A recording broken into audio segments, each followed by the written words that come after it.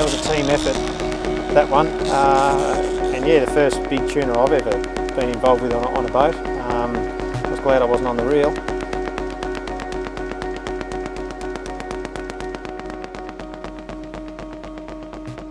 Big tuna seem to defend themselves a bit better till they get close to the boat, and then the seals come right in. They're right beside us, you know, and they've got big teeth on them, and they're pretty savage animals.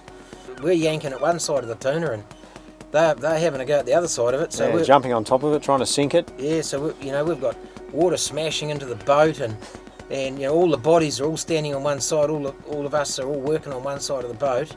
We've got currents and swell all smashing into the boat, so it's pretty epic. You've got that heightened risk of the fish going under the boat and getting caught up in the prop, and so you know it was a team effort to get the driver was spot on. He was kept the boat manoeuvring. There was good communication between the coordinator on the deck to the driver, and we just all got it together, and getting that tail rope on that fish. Really with it in the face of a 2 or 3 big seal and their fangs on the job, that was challenging in itself. And then it was like 1, 2, 3, but if you take a look at it, there would have been 4 guys at let's say an average weight of 90 kilos on one side of the boat, an 84 kilo fish with a couple of 200 kilo seals jumping on top of it. Well, you immediately turn your attention to Jack, the man on the winch, because he had less energy than the seal. He was buggered. Oh, big team effort, mate. Great boat driving, great gaffing. Well done, Jack, on the rod. This fish tested the whole team, so I think we can all be pretty proud of this one.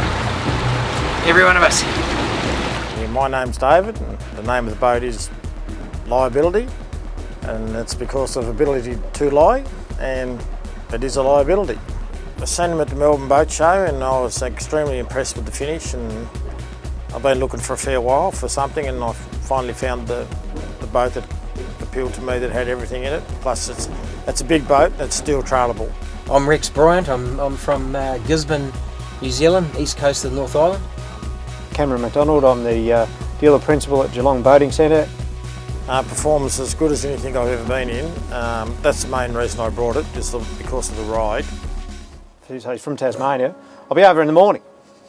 So I said, okay, I'll make a call, and he sure enough, he was on my doorstep the next morning, and we went out, and I launched it in Geelong there, just in the bay. It was a little bit rough. It was rough enough to test a boat, that's for sure, a little short, sharp chop, and the boat just went straight through it like it was nothing. And I only got not even halfway across our bay. David said, "No, all good, take me back, I'm done." And I'm thinking, God, he doesn't like it. I said, "What do you think?" He goes, "Best boat I've ever been in." And he goes, "I've seen enough. No, that's done." They're bloody amazing. We went over and had a tour of the factory and met the team, and they showed us how they build them from start to finish, and we also had the chance to customise it a bit while we were there, so it was good.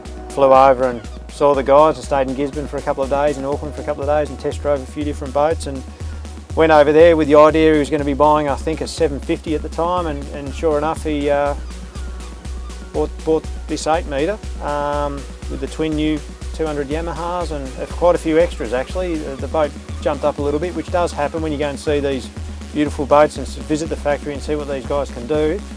And it's just, these guys just spec it to their absolute requirements and give them ideas and suggestions, and yeah, look at it, amazing.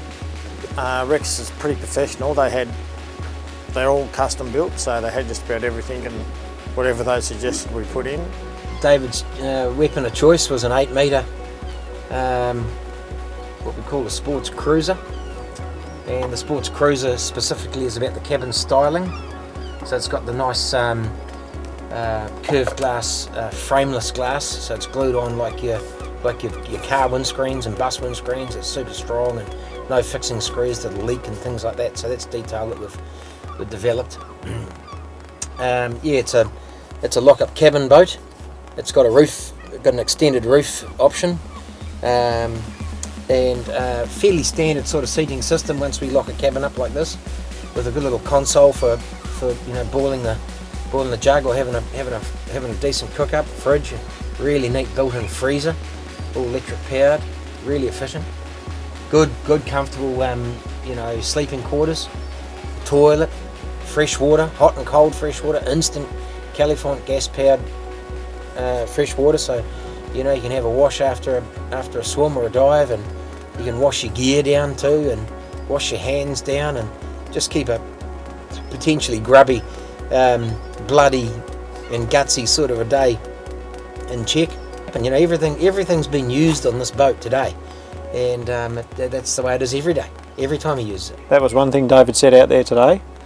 He said, Cam, this has been bloody unreal. He said, I'm so glad that Rex came over. I've learned about little things about how to improve, how to handle the boat, how to do this and that. A couple of little things I didn't even know were on the boat.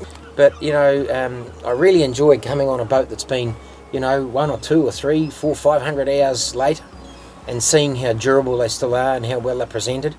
Up in the cabin area, it's cosy, but it's not over the top. Out the back, it's a functional area that you can knock around.